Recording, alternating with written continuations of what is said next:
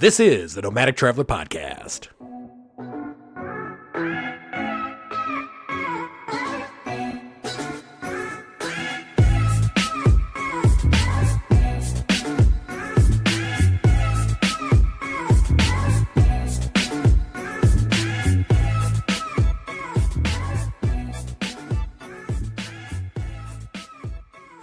Welcome to Nomadic Traveler Podcast. I'm your host, Jason, and our lovely and wonderful co-host is here, as always, Miss Nicole Potter. Hey guys, what's up? And we have a show with a guy named Chris Travels today. Yes. Does Chris do a lot of traveling? He does, in his Skoolie. Yeah. So we've been trying to get somebody on here that wanted to do a Skoolie episode for us for a little while now, and Chris volunteered graciously. And he's going to tell us all about what it's like to, basically, he full-time travels in a converted school bus. Yes. So he lives in that thing 24/7. He has a tow vehicle that he travels with, and he uses that vehicle, but he can park places for a month at a time and boondock, and he has solar and battery setups and large water containment. Yeah, and he's going to give us a lot of good tips about how you get started getting your Skoolie and where to buy them and things like that. So if you're interested, this would be a good episode for you. He's got an excellent tip in here about an excellent place to buy school buses. Mm-hmm. So yeah, if you were looking for good, clean, well-running buses to do a conversion with, this is going to be your show. Mm-hmm. And I think it's pretty cool because this is becoming such a popular thing now. It's kind of out there, a hot topic. So we see it everywhere all the time. So. Mm-hmm. So, hashtag van camping, hashtag Skoolie. Plus, they're just so cool because they're personalized. Yeah. You know, campers are cool too. But completely personalized, yeah. Yeah. Put your sweat equity into it. Yeah. So, Chris tells us whether it's a good idea to buy one that's already done or to make one on your own. Yeah. It's a good question. So, we're not going to tell you which. You have to listen to find out. Plot twist. All right. Up next, Chris Travels. All right, today we have Chris Travels on our show, and he's going to talk to us about what he does in Skoolie life and living on the road. How you doing, Chris? I'm doing pretty well. Thanks for having me. We're super excited to have you, man. We've been trying to get somebody from the Skoolie world on for a while, so tell us a little bit about like what you do. What's your deal? Yeah, so my deal right now is basically the result of about 10 years of being on the road. Graduated college at the end of 2008 and took my graduation money and bought a van off eBay for $1,800. It was a soccer mom van. Really, it wasn't a camper van. I just put the back seat down, put a futon mattress on it, and built some cabinets and hit the road with my Husky for about a month. And that was, I guess the best way to put it is I was very green. I had no idea that you could camp overnight at Walmart. I had no idea where to park the thing. I just hit the road and tried to make it work. I obviously learned a lot back then because there was nobody's posting videos on YouTube of what to do and how to do it. So just kind of figured that out and then transitioned into a Class B camper van, which I named Zeppelin. Nice. After Led Zeppelin, my favorite band, and very nice. Then traveled around in that for a while. And during that time, I started serving, like food serving and bartending. So what I do is work somewhere for 4 months, 6 months, somewhere around there, make some cash, work the season, and then hit the road again in the van, living full time. Then went up to a Class A. Just wanted something that was a little bit bigger, something that was, more of a home. That thing ended up not being built that well. It was a 2008 Monaco Monarch, so I tried to go with a better brand that would hold up, but, they just don't build, those Class A's until you get into like a $250,000, $300,000 range, and still even some of those will have a lot of issues. But basically it just wasn't built that well, and it couldn't, I guess it couldn't fit my needs because I started transitioning into doing more boondocking, so dry camping and BLM and public lands. And that started being something that I was really into. And I couldn't just, add an extra 100 gallons of fresh water or add a bunch of batteries because the weight of the Class A, after you get your clothes in there, pots and pans, you fill up the tanks, you only have about 300 pounds to play with. Yeah. In terms of going over your legal weight. So started doing some research and then realized that a 40-foot Bluebird All-American can carry 36,000 pounds. And soon after that, the Class A was up for sale, and I started looking at rigs on government websites like Public Surplus is actually where I won my bus at auction for $3,000, and built the bus up, built it to be off the grid. So, lots of solar, lots of battery capacity, lots of dry food storage, 200 gallons of fresh water. So the rig that I'm in now is purpose built to be able to go to BLM land, public land, park for a month.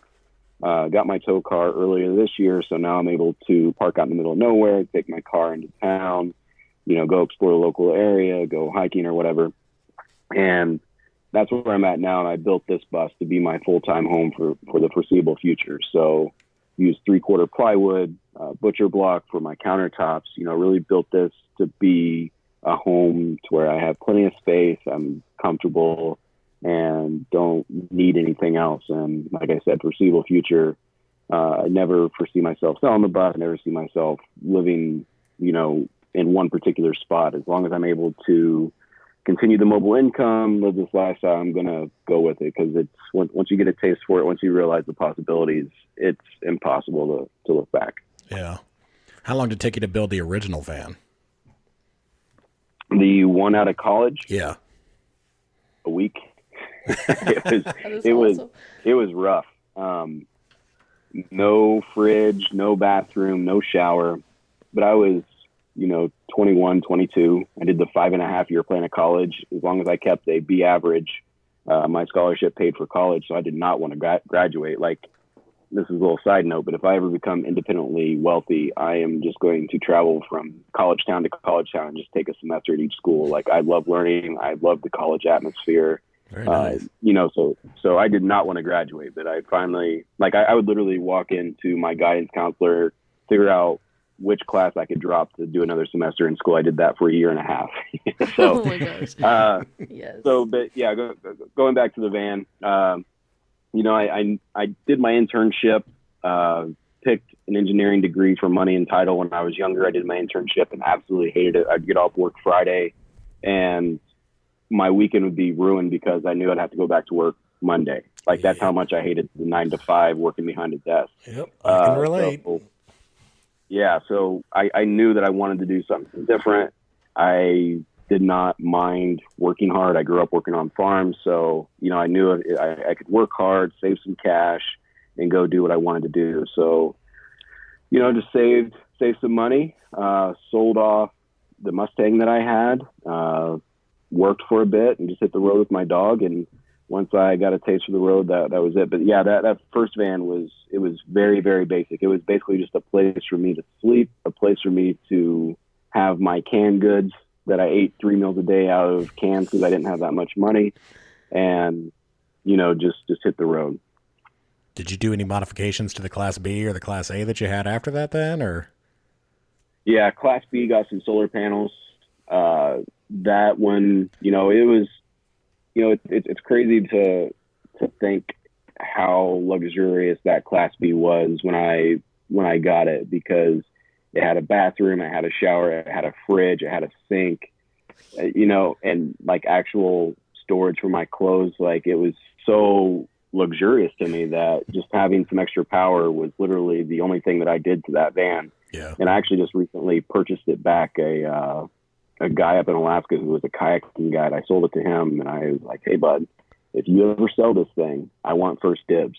And he called me and he said he's probably not going back to Alaska. So right now it's sitting up in Alaska, and we're going to be starting a new YouTube channel featuring that van and another rig I'm going to be building. But that's a whole separate topic. But yeah, the Class B was just minor modification. And then with the Class A, it was the same thing.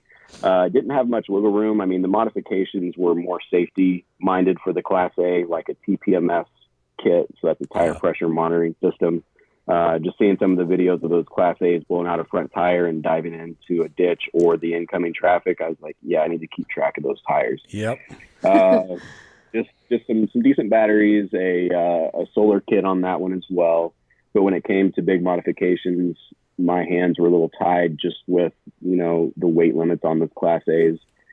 and the bus was just a complete custom build. But it was a big blessing for me because a lot of people right now are, buying Skoolies and building custom, and they just see something on Pinterest or Instagram and like, oh, I like the way that is. But when they actually get to live in it, it doesn't suit their needs. It's not the setup they wanted, where I was, lucky enough to have 8-9 years of previous road experience to know what I wanted, the size of things, for the bathroom. For example, the bathroom in the bus is the exact same size as the bathroom in the Class A. It wasn't too big, wasn't too small. So when I went into SketchUp, which is a free program from Google, I was able to actually take the dimensions from the bathroom in the Class A. I moved some stuff around a little bit. I wasn't, 100% stringent, but I knew that would be a good fit for me because I lived in that Class A for about 3 years. So I was able to take different pieces from each rig that I enjoyed and implement it into my build now. Very nice. That is awesome. So how long did you have on the build for the current bus then? So October 8th was 2 years of picking the bus up in Florida and driving it back to Arizona. And for those listening that are considering a school bus conversion, I highly suggest you don't do anything like that. Fly out to pick up a bus and see if it makes it home. I cannot express how lucky I am getting the bus that I did and having a good engine and transmission to make it back to Arizona. That is the exception to the rule. But two years into it now, the first year was solid build. I had a real estate side hustle job where I would call potential clients for the brokerage from 5 a.m. to 10 a.m. every morning, 7 days a week, which gave me from 10 a.m. till about 9 p.m. to work on the bus. So that was like, there was not one day throughout that entire time that I did not do something on that bus for a year. And that was just to get it livable. So that was running water. That was not even the solar system hooked up yet. I did have a stove that worked. At the time, the fridge wasn't working, but soon after that 1 year mark, a couple months after that 1 year mark, I hired someone, Aaron from Broccoli Bus 6. It's a family of 6 that travel around in a school bus. Very knowledgeable guy when it comes to solar. So I hired him to hook up my system and get it all put together. And so actually, if we're being technical, it was about 1 year and 2 months before it was completely livable. So that's cold food, hot water, just regular living, but the cabinets were not painted. A lot of the smaller things were not done on the bus. So it's 2 years in now, over 2 years, and I'm sitting in Phoenix right now waiting on my friend who does metal work to help me to put the ceiling in, because the ceiling's not in yet. It's just spray foam and bare lighting right now, and painting the exterior, which will probably be done in January. So if all goes well, to get the bus, to where if you walk into it and it doesn't look like a construction project, it's going to be about 2.5 years. Yeah, about 2.5 years to finish it. So did you live in the Class A during the first year and a half or so, or? No. Well, yeah. So it's actually explain how all this worked out. So a little bit of it was the Class A. Jim, a friend of mine, he also travels around in his bus. They're an older couple who retired, and they bought a school bus, did a roof raise on it, and they're living in their bus right now. I'm actually, after my friend comes and help me with the ceiling, I'm going out to Quartzsite to meet up with them and have dinner with them and hang out for a bit. But the way it worked out with them is they had to get their house in the market, and they had a lot of work to do at their house. So Jim and I came down to an agreement where he would help me build the interior to get it livable, besides the floor system and everything. And I would help them get their house ready for market. So that was putting a new roof on, painting the house, cleaning up the yard, regrassing, just doing the whole, getting that thing ready to sell dance. And so I was living in his house while they were living out in the bus. So I was living in the house while it was under construction. And then after leaving there, then I was full-time in the bus. I'm just very, very fortunate to be making an income online where I'm able to pay my friends for help, so it's not like they're necessarily going out of their way to help me. I'm able to pay them a decent amount. And a lot of times we'll do a little bit of work trade as well on top of that. So, with Jim, I gave him extra cash on top of it, on top of me helping him do the work trade, just because I was able to do that. Very cool. Very nice. When you first thought about, going and doing a bus conversion, or even your very first van, did you know anyone that had done that previously, or was it just something you came up with, or had anyone in your family ever traveled full time like that? No, like all my friends, and I know people, this is a common thing to say, but back in 2007, when I first mentioned it, I was actually working at TJ Fridays. That was my college job. And in Terre Haute, Indiana, there's I-70 that runs through. They call it the crossroads of America, all of the Midwest. There's all these major highways. And there was a family that stopped in that I was their waiter, and they were telling me about their family trip in their RV. And I knew I couldn't afford an RV, and I was like, dude, screw it. I'm just going to get a van. All I need to do is have a place to sleep. And I remember distinctly looking out over the parking lot of that TGI Fridays and just dreaming this all up in my head. And I went to the little kiosk where you type in people's orders, and I told a fellow waitress, dude, I'm going to buy a van when I'm done with college and just travel around with my dog. And she just stopped what she was doing, looked at me and said, "You're weird," and walked away. And I was like, okay, whatever. But yeah, no, it's just telling friends and family hey, I'm going to do that when I graduate. And they're just like, yeah, okay. Because especially in Indiana, Midwest, nobody ever really did that. It wasn't like a Ken Kesey experience where people knew about the Magic Bus or anything. I didn't know about it growing up from Indiana. It just wasn't part of the culture. Nobody really did that. Yeah. So I really had nothing to reference what I was doing upon whatsoever. So everybody thought I was a little weird, but I just couldn't imagine doing anything else. I was so drawn to it. It just kind of enveloped my life, and, started doing my own research, looking at vans on eBay and what I could afford, and, started selling awesome stuff and saving money. Are you amazed to where this is kind of circled around now to where this is a cool thing? I'm not actually. You're not? I'm not whatsoever. The thing is, once you've done it and you see the possibility, you very quickly understand how somebody would be into this and want to do it. I think the most interesting part of it, for me anyways, is trying to tell people about it and them actually look into it and not be offended by you trying to tell them to do it. That's the thing that kind of strikes me as odd the most, because, when I talk to people about it, I'm always like, you should do it. Just rent a rig, check it out. Cause it's not like people that are, they have a practice that they build up in their hometown and they can't really travel. It's people that are talking about how they hate their job. They wish they can go do something. And I'm just like, dude, just do it. And, people are just, well, it's just not that easy. I'm just like, yes, it is. I did it. I ate Chef Boyardee. To this day, I can't eat Chef Boyardee ravioli because I had it 3 meals a day for a month. Yes. It's not an exaggeration. If you really wanted to do it, you can. So it doesn't surprise me people are doing it. The thing that surprises me the most is the pushback that I get when I try and convince people to do it. Yeah. To be completely honest. Yeah, we actually had a guy we interviewed last week that talked kind of about just following your dream, and you have to really be okay with that collateral that's going to happen, like eating Chef Boyardee every day, but then you're going to be happy because you're following what you want. And I think that's kind of fits there too. No, I absolutely agree. Yeah. Are you amazed that there's kind of a pushback from the government about tiny homes and people living in campers and stuff like that on land? Do you think that's unusual? That's a good question. People get all huffy about the current political system, but the one thing that I do pay attention to and watch very closely is the discussion of public lands and BLM lands. Obviously, I'm invested one way or over the other. It does not surprise me.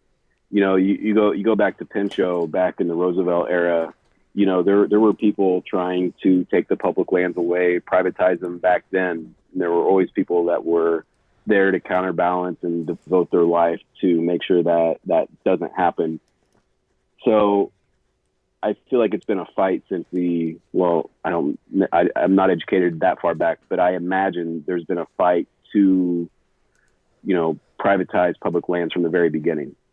So it doesn't surprise me whatsoever when it comes to tiny homes. That makes sense as well. I've kind of realized throughout my 34 years of life, if something doesn't make sense, follow the money. Like if something is not adding up, if something's confusing to you, look at where the money's going, who's getting paid, where they're getting paid, what kickbacks they're getting. That will illuminate a lot of your misunderstanding of the situation. So if people are, going off the grid and not paying taxes or not paying utility bills, I could see why there'd be pushback. And also, if it's not the government, and it makes like this, I completely empathize with people that are in communities and all of a sudden a tiny home village pops up and then the cost per housing unit goes way down. They're building that nest egg. They don't want a tiny home village. It's going to bump the value of their home down $50,000. Yeah. Again, it goes back to money, but I do see how there would be pushback, but the main thing that I concern myself with and keep up with is the privatization of public lands and, people coming in and just taking advantage of that. I'm assuming you think that's a bad idea, right? I think it's a very bad idea. I mean, me too. If for those that, have not been overseas and they travel in any other country, any other place, they don't really have what we have here in the United States. They don't have somewhere where you can just get your GPS tracker in your tent and just walk into the woods for miles and miles and just be out in nature. That it doesn't exist. It's all private land overseas. Well, not all, of course, but a majority. Like, we have such a blessing to have that. Excuse me. And, it's just, unfortunately, a lot of people don't realize how rare that is. Yeah, I completely agree, honestly. So I think it's heartbreaking that they're trying to privatize that, because I feel like when you privatize things, a lot of times it ruins something that's incredibly unique. And it's never coming back. Correct. Once it goes to private hands, that's it. Yeah, Mm-hmm. It's a one-time deal. Yep. So that's like, I'm not a very politically active person. I'm a very, I don't believe in the red tie, blue tie garbage that's going on right now. But when it comes to public land, if that becomes threatened, that's when I'll actually, start really paying attention and trying to be as active as I possibly can. Yeah. For sure. One other thing I wanted to ask you too is we keep seeing like all these little tiny home projects that they're wanting to put up to like house homeless. What do you think about that? That's a very good question. I'm not educated on this at all. I have no idea of the numbers. I mean, I'm educated to the point to where I know it's happening. Obviously, putting roofs over people's heads that need it is a good thing. But for me to have an opinion to speak on it, I would have to know what the rate of people actually getting back on their feet is. What is the outcome of the program? How much money are they investing? How much money goes into, actually getting these people jobs? Or is it like a commune? Is it something where they're actually getting them jobs? Is it a place for them to hang out? Like, cause people fall on hard times, and sometimes all they need is just a little helping hand. Correct. Where, some people are just going to take advantage of any opportunity they get. I mean, I've had very close experience with both those. So how do you dictate who goes in there? Like, somebody that had some sort of job beforehand gets in, but somebody that didn't have that type of job doesn't. I mean, that's something, again, I'm not educated on, but it is something that, if it actually pans out, if things are able to be shown that it's causing any type of progression towards better futures for people, absolutely. Yeah, that's what I think too. I think if it's working, great. My concern is that I don't want it to turn into like little tiny house slums or something like that, and then it in turn gives tiny houses a bad name, and people like start getting bad images about, oh, tiny houses, those are only where homeless people live. And, Right. I don't want to turn into tiny projects. Right. Yeah. I mean, that's a tricky one, but I mean, I think the original idea of it, it's people trying to help people, that's good, and just see where it goes and do whatever's possible to make sure good outcomes come from it. For sure. And I think that's the key is like, is our intent, as long as our intent is pure with that, then I think the good outcomes will come from it. But for sure. I certainly hope so. Yeah. What would you say is like was the hardest part of your bus renovation? I don't necessarily think there was a hardest part of the bus conversion. The analogy that I give people if they ask me about school bus conversions, if they're thinking about getting one and they're, asking me for advice, I'm like, listen, this is going to be a mountain that grows 500 feet every day.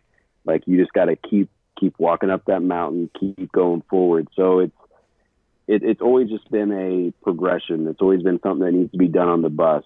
So there really wasn't a hardest part for me. Like, it's been an incredibly enjoyable experience. Like, I wouldn't trade this bus for anything. Like, even if the bus disappeared tomorrow, I would still be happy that I built it. The things that I've learned, the friends that I've made through it has been phenomenal. I mean, it was just a grind. It was just a consistent grind. There was just, something like almost like a weight on my shoulders throughout the entire process. And, I'm meeting up with my friend tomorrow to get the ceiling done. I've been waiting in Phoenix for him for a couple of days now to get over here so we can order the metal needed and get a parts list going. And it's just been consistent. Like, it's not necessarily a burden, but it's always something that needs to be done. Maybe that is if I had to pick something, that would be the hardest part, because there's just consistently something that needs to be done. And I'm 2.5 years in, and it's still, well, I guess it would be 2.5 years once it's done. I'm about 2.25 years in. So it's just something always consistently needs to be done, something that needs to continue on the build. So you're doing a metal roof on the interior? Yeah, that's the plan. I mean, we're going to get together and scope out what'll be needed. I definitely made it harder on myself, being that we put the cabinets in before the ceiling. That is because the way the lighting worked, Jim, the guy that helped me do the interior, he wasn't comfortable working on it. We were out in the middle of nowhere, Colorado, so I couldn't hire anybody to come over and check the lighting. So we're just like, screw it, we'll put the ceiling in and I'll put the cabinets and the walls and everything in. And then once it comes to the ceiling, I'll just bite the bullets in, and I'll be biting the bullet tomorrow, it looks like. So okay. We'll see how that goes. Well, I had a buddy that I asked the question about what the hardest part of building his bus was, and he told me that he thought the hardest part was doing the ceiling. I'll be looking forward to that experience for sure. Well, he did pieces of wood. So he did like 1x strips of wood that he then stained later. And he said it just took forever, and it's just constantly working with your hands over your head and your arms get tired. And he's like, it was just a long project and it took a long time to get done. Oh, yeah. Well, I have plenty of experience with that. I did a roof raise on my bus. I raised it 21 inches and put sheet metal on the side. And every single rivet had to be drilled out and re-riveted. So I think the longest process on the entire build I did last year. So if the ceiling is a quarter of all those rivets, then I think I'll be okay. Nice. So was it tough doing the roof raise, by the way? No, that was pretty straightforward. Wasn't too bad at all. I mean, just cut the bus in half, raised it with 2x4s and jacks, got the right height on each cut, put in tubular steel and welded in the tubular steel, and then put sheet metal on the outside and riveted that in.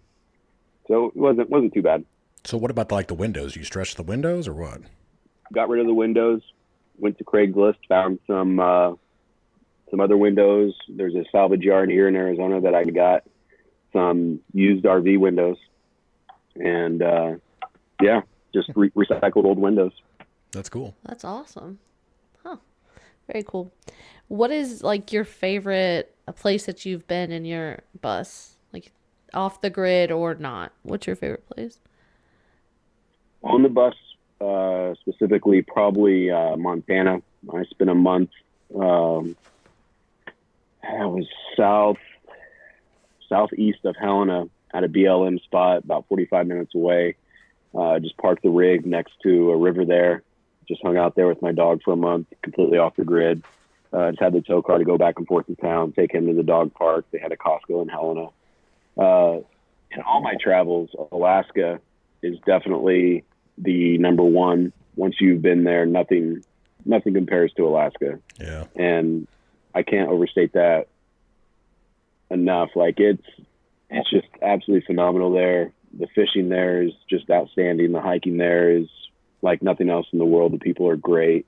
That's my favorite spot. Once I get my businesses, completely ran by my teams, I plan on spending a summer up there and just boondocking in all the different spots up there. In the lower 48, more attainable for more people if they're traveling around in their rigs. There's a little coastal town in Oregon called Port Orford.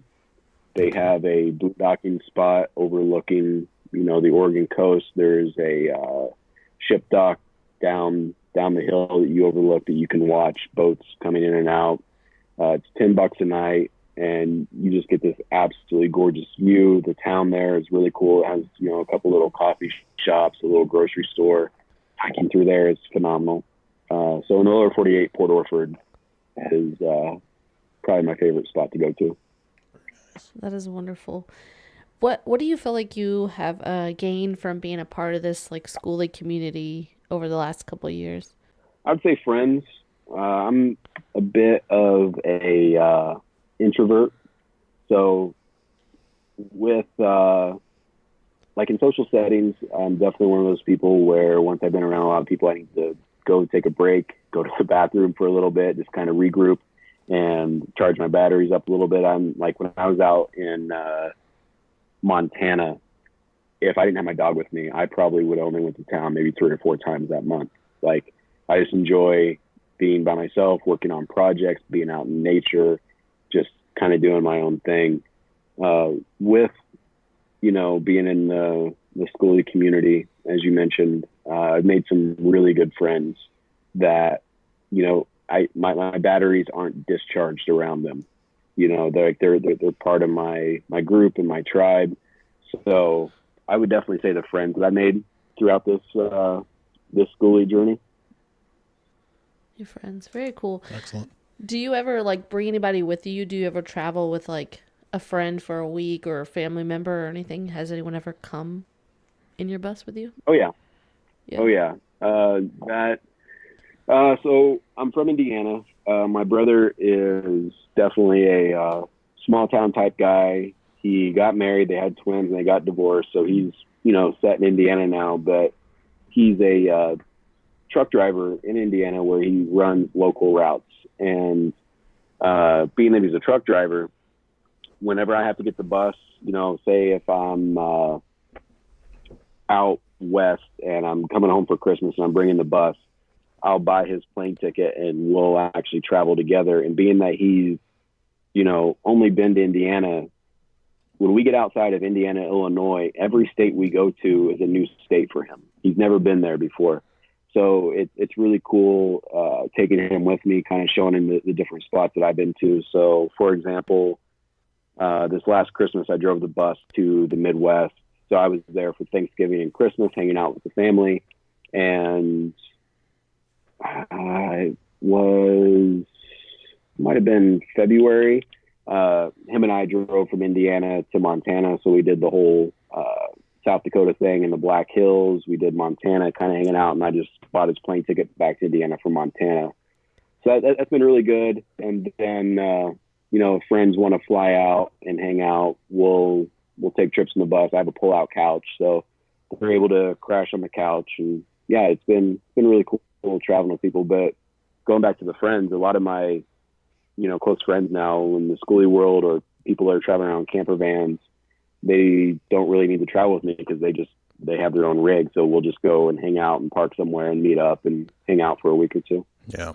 What a unique lifestyle. I know, right?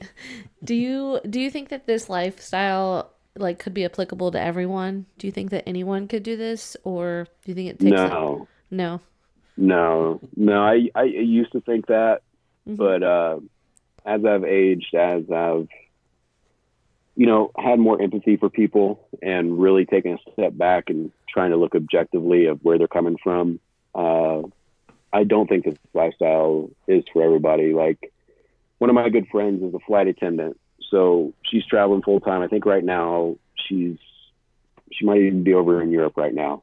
And I was like, man, you should just get a camper van, and instead of paying $1,100 in rent for your apartment that you're never in, just get a camper van, park it in the lot, and then you have your place to go, and you can bounce around whenever you're, not flying for a couple of days. But she's like, no, I need to have my showers, I need more space, and we've been going back and forth for 4 or 5 years about this, and like throughout the last couple of years, it was just like kind of a realization, like, no, that's just the way she is. She wants to have her half an hour shower when she first wakes up. She likes to have space to sit around. She likes to do yoga in her house. She doesn't want to have to drive everywhere. Like, it's just not for her. Mm-hmm. And that's applicable across the board. And one way isn't better than the other. I don't think the way that I'm living is any better than what she's doing, and vice versa. It just really comes down to people's needs and what they want, because not everybody's going to be into going to the middle of nowhere, Montana, and parking by themselves and not talking to anybody for a month or so. I mean, that sounds awesome to me, but not everybody is going to be into that. And it's just understanding people have different wants and desires. You'd think flight attendant would be like a perfect fit too for that lifestyle. You would think, but let me tell you, she is not having it. That's funny. Yeah, you say some people kind of want to be alone, because we've been talking, a theme on our show is solo traveling, because that's kind of becoming popular too. Nicole loves being alone. And I actually hate being alone, but we've interviewed a lot of good people about solo travel and the benefits of that, and kind of how you grow and learn about yourself. And so that's something that I'm interested, because I'm complete opposite. I love people. I always want to be around people, and I just think it'd be exciting to, try that experience. Maybe I should go out in the woods. I don't know. I mean, the thing is, I love people as well, but I love my people. I love my tribe. Like, I'd be willing to do absolutely anything for them. It's just people that I don't, and like, it took me a while to get to figure this out. And I think this last year of really traveling by myself, because this is the first year where I didn't have any major projects, any major collaborations I had to do, to where I was literally just, I do what I want, where I want, and park as long as I want, wherever I'm at. And I've realized how, kind of different I am in terms of the ability to be by myself. But at the same time, how much I do appreciate my friends and being around them when I do have the opportunity to be around them. It's just people that I don't know, people I don't necessarily vibe with that well. It's just like, I could be spending this time hanging out with my friends, not doing this. Yeah. So it's just my priorities have definitely shifted as I've traveled by myself, and just being completely open to who I am without having to shift it for anybody. Just having that, there's a book called Radical Acceptance. I'm not done with it, but it kind of harps on that, is, you are who you are, and the more you fight it, the more miserable you're going to be. That's so true, for sure. Yeah. Authenticity is beautiful. Mm-hmm. I'd agree.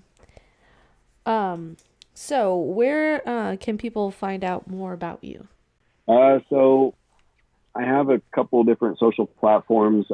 If you're into Facebook, Chris Travels is kind of my umbrella platform. So that is where I post pretty much everything. If you're wanting to learn more about what it's like living life in a school bus, traveling around, the off-grid Skoolie is my YouTube and Instagram. If you're interested in seeing other people's tiny homes, there is another channel called Tiny Home Tours, where basically my team and I just travel around. I hired all nomads, so my videographers, my editors.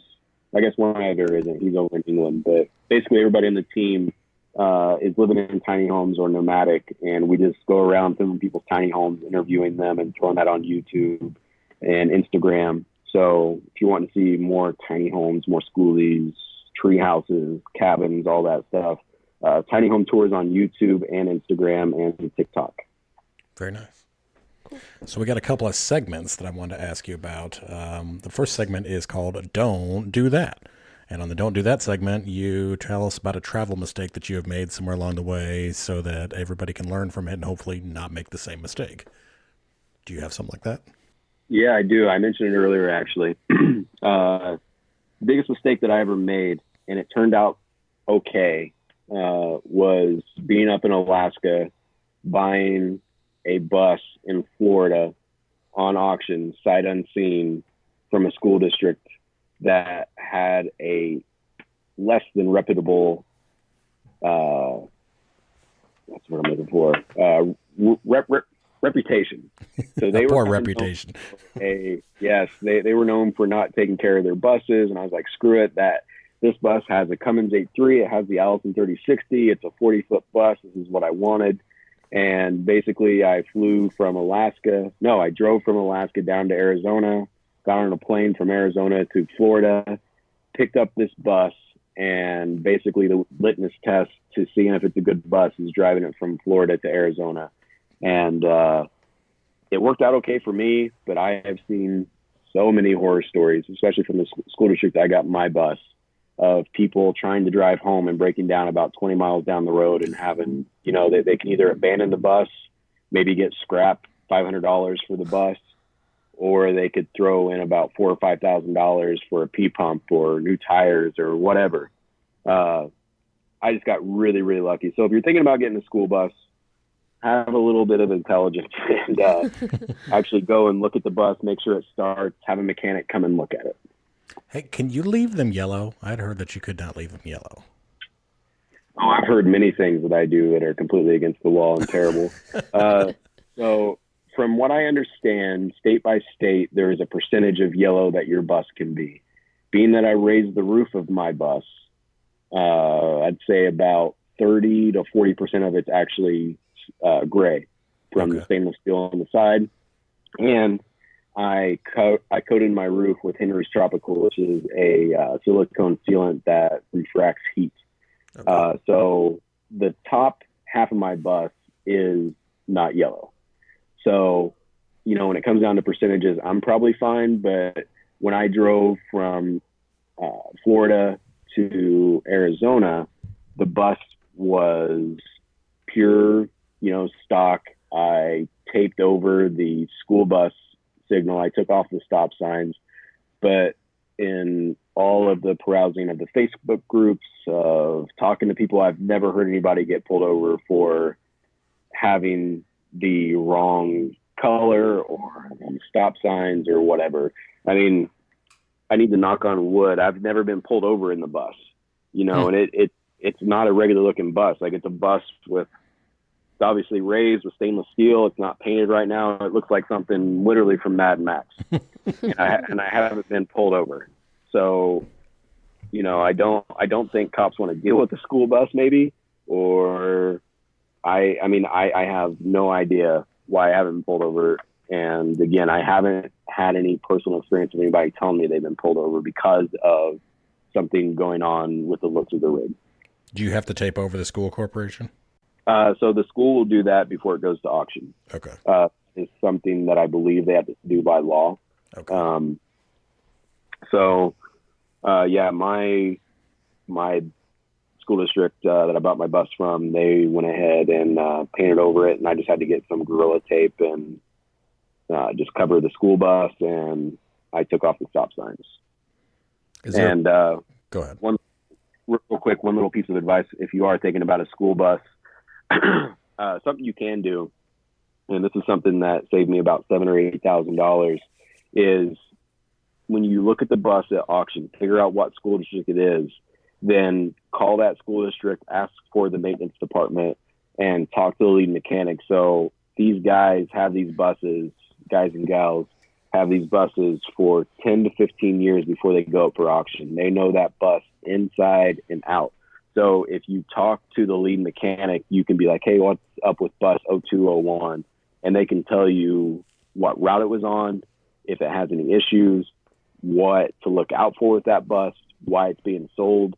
And the thing is, a lot of, like, this isn't everybody, but a lot of those workers, you know, these buses are their babies. You know, they've been working on them, keeping them going for so many years. If you tell them you're converting it into a Skoolie, like you're going to take it and actually build it into something, they're going to be pretty stoked to hear about what you're doing and what you're going to do with the bus.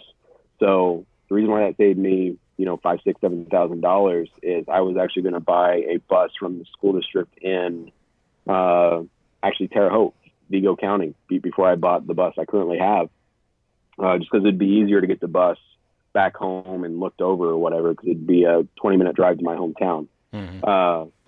But I talked to the guy and I did some research on that engine, and I asked him if there was water in the oil, that particular international engine. If people don't put the right coolant in, then it eats away the seals, and then water gets in the oil, and that means you have a blown engine. That engine has to be completely rebuilt. And I was like, so what's up with bus 723 or whatever it was? He was like, yeah, it's leaking water in the oil. I wouldn't get that bus. So if I did buy that bus, I could either scrap it or pay, you know, the $5,000, $6,000, $7,000 to get that engine rebuilt. So if you are thinking about a bus, just do that little extra step and actually call the school district and get the information you need. That is a huge tip. Yes, very, very. That's a really good smart. one. That's wonderful.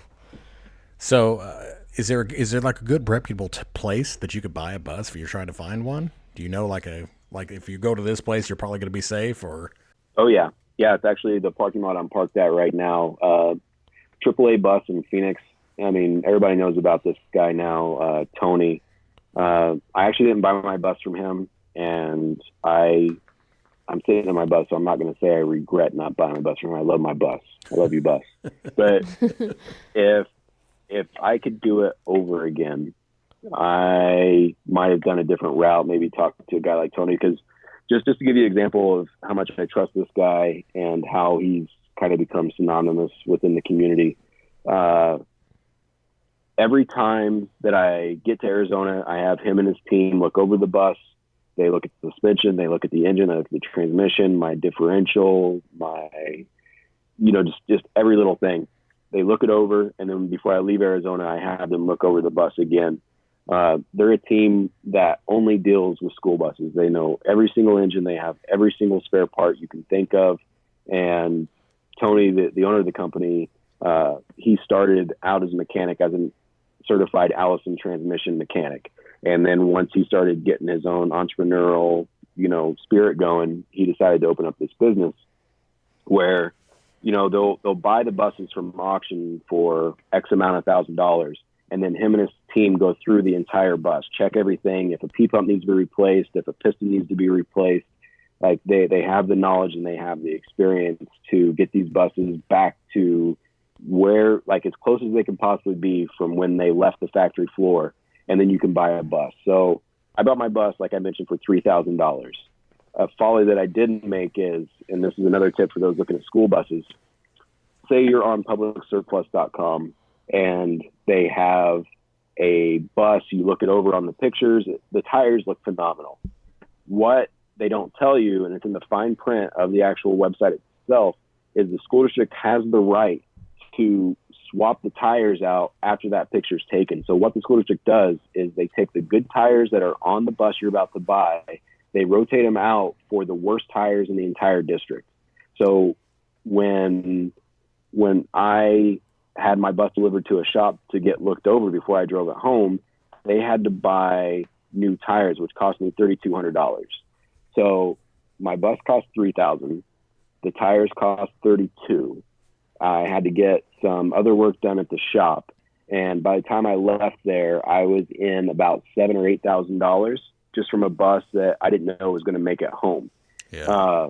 Again, I lucked out, but I think it was last year actually. Tony had a bus here that was the exact same as mine, 40-foot Bluebird, All-American Cummins 8.3, Allison 3060, and it was the same engine, but it had like 43,000 miles, and he was selling it for $9,000. Wow.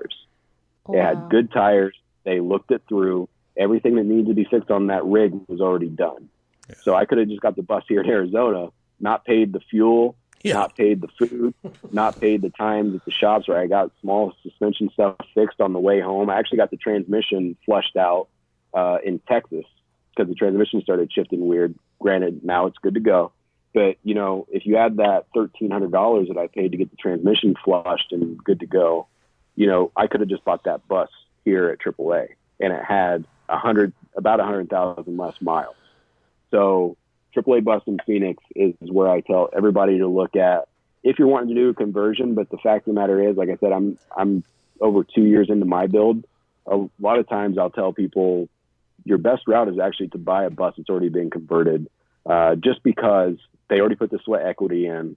A lot of times they're not even counting their sweat equity into what they're selling the bus for. A lot of times it's just the materials and the products they put into the bus. And if they've been traveling around in the bus, you already have the what's it called? Basically the break-in period. Like if something's going to break in your bus, it's going to be on that first long road trip a lot of times. Yeah. So they already went in and changed the air pump, they changed the alternator, whatever small thing happened with it, it's roadworthy essentially. So if you're looking to build your own AAA bus in Phoenix, I've known people that fly out from Minnesota and drive it back and start their conversion. They fly down from Washington, drive it back. You know, I always suggest people to check out Tony at AAA Bus. Just give him a call, see what your price point is, or find a bus that's for sale locally that somebody put all that sweat equity into. Perfect. Hey, what's a P pump? Is that a power steering? No, P pump is probably the most expensive component of your entire engine. It's a pressure pump. So what that does is pressurize the diesel to go into your engine. So again, lessons learned. My Cummins 8.3 has it's a CAPS system. So in the early days, you had a pure mechanical engine where if you have a battery to turn that starter and you have fuel, like just even in a Folgers can and a fuel line running to that engine's going to start and run. As long as it has that fuel, it's going to run. It's very, very simple. When they started going to electronics, Cummins started putting the CAPS system in, and it's known to have a lot of issues. And then after that, they upgraded the system to a better system. It's basically like, okay, we're doing electronic. How are we going to figure this out? Let's try this CAPS system. It didn't work. CAPS system's only 2 or 3 years. But for me to buy a new CAPS system is like $2,500 to $3,000 for the pressure pump alone. That's nothing with the engine. That's not the alternator. That's not the air pump. That is just the fuel system for the engine. Luckily, mine was replaced in 2013, so I need to knock on wood once again. Hopefully, I have another good 10 years with that CAPS system before it goes out, but they do go out. Okay. And, you know, it's just kind of one of those things where whether you go CAT, whether you go Cummins, whether you go international, those P pumps are very pricey. Do you do any of the work on your engine yourself, or do you always have somebody else do it for you? Well, the simple stuff, like I had a air regulator go out, so I went in and, you know, swapped that out. But anything when it comes to, you know, anything internally with the engine, I definitely will just have Tony take care of it. I mean, that's another reason why when I first get here, I have him look at it, kind of do a full walkthrough of the engine, any issues I'm having, any check engine lights, have them check it, make sure it's good to go. And before I leave, do the same thing, because I would much, much, much rather have a breakdown here in Arizona or catch something early than be out in the middle of nowhere, Montana, and be at the mercy of some shop where they might not know exactly what they're doing. They see a guy that has his whole home and they're like, oh, okay, so you need a new engine, huh? And then, you know, I'm $16,000 into a engine rebuild. Yeah. What's he charge you to look it over every time you have him look it over like that? It's conditional. Depends on what needs done. So this time, I get my oil changed. I had to get a new ignition, and they went through the suspension and greased everything up, and that was like $320. Okay. So then once, and I use not Schrader. It's It's something like that. There's a premium oil for diesel engines that he suggests that I get. So the oil itself is pretty pricey. Okay. And before I leave, I'll get the oil changed again, whether it's been 3,000, 2,000, 5,000 miles. I'll get that oil changed again while I'm here, and then hit the road all summer once again and just kind of keep that rotation. There was a family, I mentioned him earlier, Aaron from Broccoli, Bus 6. He actually just got an in-frame because his head gasket was leaking, but he's like, my bus has 180,000 miles on it. I'm at a shop I trust. I'm just going to go ahead and do the in-frame here, even though his engine didn't necessarily need it. And just for those that don't know, an in-frame is new pistons, new rods, honing out the head, just basically putting in a brand new engine in there. And it's just much better to get it done at a shop you trust, because if you haven't been on the road, or if you have been on the road and you've went to a shop that starts to take advantage of the situation, you realize how bad of a spot that actually is.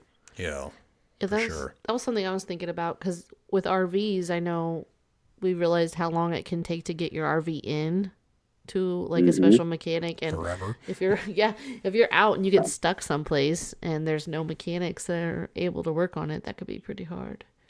Imagine. Yeah, I mean that's one of the reasons why I went with the bus that I did, Allison with Cummins. So not only do you have truck stops that can work on this, not only do you have heavy truck shops that can work on this, you can actually take this directly to Allison. You can take this directly to a Cummins dealership. So say if you're lucky enough to be broke down near a city, not only do you have your traditional shops, you can just take it directly to Cummins and get the parts you need, or Allison, or whatever, just many more options to get repair done. Because these buses are actually, especially with my rear engine, there's a lot of places that can work on these, and you can kind of go through the Google reviews and see what people say and make sure you go to a decent shop. But you just have a lot more options where, some of those people that are converting the MCI buses, some of, the old school tour bus looking rigs. Yep. Good luck with those, man. Like an alternator for one of those, $2,000, a radiator for one of those, $3,000, where with this, there's just a lot of, scrap yards that have the parts that I need, and just straight to manufacturer, plus people that can actually work on it. Where with those MCIs, the amount of people that can actually work on those and know what they're doing is much, much smaller, and somebody knows how to work on a Cummins 8.3. That's a good point. Because I always thought the MCIs looked cool. I was like, oh, that'd be a cool conversion. I didn't even think about the fact that it'd probably be twice as much to work on. Yeah. Oh, yeah. If as long as it's running good, you're cruising pretty cool. Once that thing breaks down, you're in a bad spot from what I hear. Yeah. Because the other thing is, too, like, do you have to pay to stay somewhere while your bus is in the shop, too? I mean... Conditional on the shop. Yeah, depending. Because that'd be another cost. Yeah. Yeah, no, it's totally conditional on the shop. I've ran into super, super cool people. I've ran into shops where I just want to pay my money without the repair and just get out of there. Just because you don't like them? It's just... You just get a feeling like they're just going to try and ring you for everything you got. They're not... you can kind of tell they don't want you there. They feel kind of weird about you being at their shop. It's just like, you know what, dude, I get it. Like, I just want to get out of here. I'll go find somewhere else. Even if I have to pay for a tow. Like, I've just been in shops where it's just, it's like walking on eggshells, and it's not worth it, if you're able to go somewhere else. Okay. So if people are looking for a bus, what kind of length should they get? What kind of engine should they get? What kind of transmission should they look for? Is there like something that's like the standard, like the gold standard or something? Like what should people get? No, I mean, the first thing that comes to mind is like asking advice for who you should marry. Yeah. Right? Like it's going to be so conditional on what you're looking for and what you're, going back to that analogy, like what makes you the most happy. I mean, there are a couple when it comes to buses. There is a transmission that you should not get, which is the 545. It's an Allison transmission that was specifically designed for stop and go. The bands in the transmission are made for stop and go. It's not made for the highway. It's not made for schoolies necessarily. I mean, I have a friend that's traveled as many miles as I have in his bus with a 545, and it's worked fine. He's made it, but he literally pedal to the metal going up hills 15 miles per hour. It's just not a transmission I would get if I'm getting a school bus. When it comes to the size, I mean, it really depends on what you're hoping to do. I mean, being that I do BLM public land, having a 40-foot bus with a 16-foot tow car and 5 to 7 feet for my tow bar, you know, I'm cruising down the road at 60, 65 feet. It's obviously pretty hard for me to park places, but when I'm out in the middle of nowhere, I can unhook, you know, drive the car into town, whether it be 20 minutes, whether it be 45 minutes, go get groceries, go check things out. Some people want to have the small rigs where you can go up to your local Walmart and park in a normal spot and you're good to go. It's just really conditional on what your needs are. What do you hope to do with this rig? Does it matter if you have a full bathroom and a kitchen and like a living room area with an office? I mean, that's exactly what I wanted. So I built that, and, you know, I adjust to my size, and, you know, luckily I'm able to purchase a tow car and get all that set up and do all that. But yeah, it's so subjective to the person. So there's not a particular engine you want to look for? It's different for the rigs. I mean, I'm a Cummins guy. I have, knocking on wood once again, but I have been absolutely blown away by what this Cummins 8.3 has done for me with the Allison 30 transmission. Like, this thing is just an absolute monster. I love it. You know, when you get into Cat, when you get into International, the 466, people love that engine. Cat, most of the rigs that I see broke down have cats. I know some people get very upset, but you see rigs broke down, they're cats for the most part. You know, when you get the shorter buses, they're not going to have the Cummins 8.3. They're going to have the Cummins 5.9, which is still a great engine.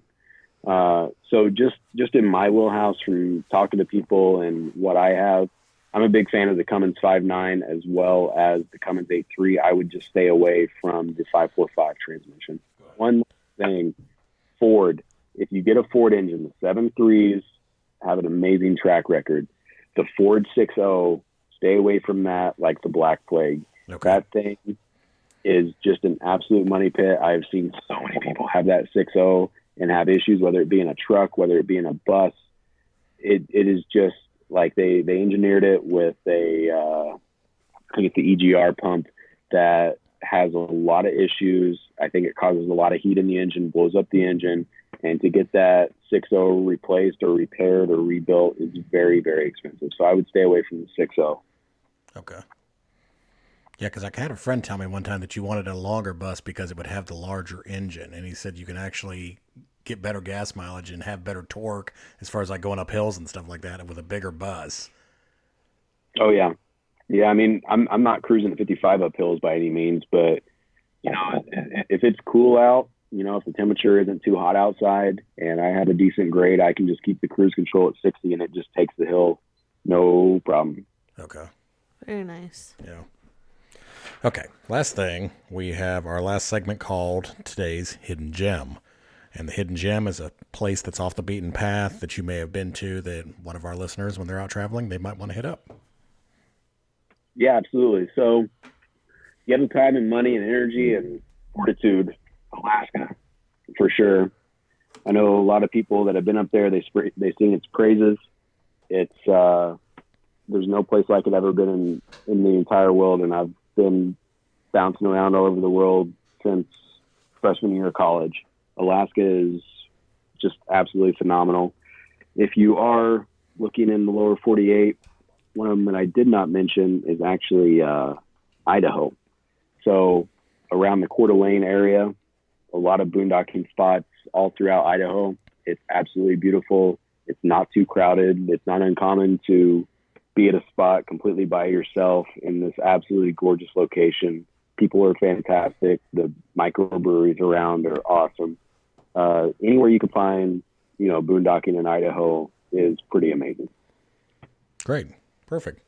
Thanks, Chris, man. I really appreciate it, man. Yeah, no problem. That was an excellent show, and I think we got a lot of good information. Yes. Nicole's going to go buy a bus tomorrow and start building. Go live by myself. Yeah, good luck up that mountain. I probably need to. Yeah. Well, I also think if I'm going to do that, I know that there's a Skoolie manual out there that we can get, right? Yeah, so the Skoolie manual is more geared, like it has the nitty gritty of my build. What it really goes into is how to make money on the road. So as I mentioned earlier in the podcast, it wasn't like, oh, I'm making a bunch of money on the road. It took me a good solid 8 years to start making any decent money to where I didn't have to have a regular job on top of my mobile incomes. So basically in that book, it just goes over key things that I learned, like collaboration, hiring DAs, multiple sources of income, and it goes into depth, like my different sources of income, whether it be Facebook or real estate jobs or YouTube or any other random income that I bring in, kind of how it works and how I put it together. So that's more for those that are, they're not daydreaming about life on the road. They're actually building their rig, or they're at the point to where they're going to buy their rig next month. It's kind of that first step to give people an insight to, kind of how I've done things and how it's working for me. And what's the manual called, and where do they get it at? It's the Skoolie manual. You can get it at the offgridskoolie.com. It's just a fun little side project I did. My assistant and I put it together. She helped me put the layout out to where it's, more consumable for everybody, and just kind of, it has detailed schematics of my solar setup, how I put my cabinet together, the dimensions, and, just give people a little bit of an idea of how I put my bus together, as well as, again, the income side, because it's always nice to dream about this lifestyle and figure out that you want to do it. But a lot of people, their biggest hang up is the income. How are they going to make money on the road? How do they actually make this financially feasible? Yeah. Because without money, like, these buses certainly 100% do not run on dreams and aspirations. They run on good old solid diesel. Yeah. So you got to pay for that. So yeah, it's just kind of a insight to how people want to try and make some cash on the road. Very nice. For sure. I know that's always a theme on all the websites about, travel life and how to live on the road. It's always the theme around, well, how do I pay for it? Yeah. So I think that'd be great. Right. Yeah, I've been so absolutely blessed. I mean, I was just lucky enough to be born at the right time to where, looking for ways to make money, and all of a sudden the emergence of making money online was literally at the time where I'd graduated college. I knew I wasn't going to, be an engineer. I knew that I wanted to find some other means of income. I just got so incredibly lucky to be born at the right time to be able to pull it off. Very nice. All right. Well, thank you. You gave us so many good tips and good information, especially about where to buy a bus and how to buy it, because I know a lot of people get hung up on that. For sure. Thank you. Yeah, and if you're thinking about buying a bus, it's always brings a smile to my face to see people post on school bus conversion on Facebook with their smiling faces, and I just shake my head. I'm just like, you have no idea. All right. Thanks, Chris. I really appreciate your time today, man. Yeah, thanks for having me. All right, guys, that was Chris Penn, otherwise known as Chris Travels, and that was our Skoolie episode. Man, that thing was packed with awesome information. So if you're out there and you are possibly thinking about building a off-the-grid school bus, please contact us and let us know. We would love to hear about it, and we might be able to do a continuing show, like a continuing episode about how it's going for you or something. You could reach out to us at nomadictravelerpodcast@gmail.com, or you can hit us up on our Facebook page, Nomadic Traveler Podcast. That's all we got for this episode. We'll see you next week.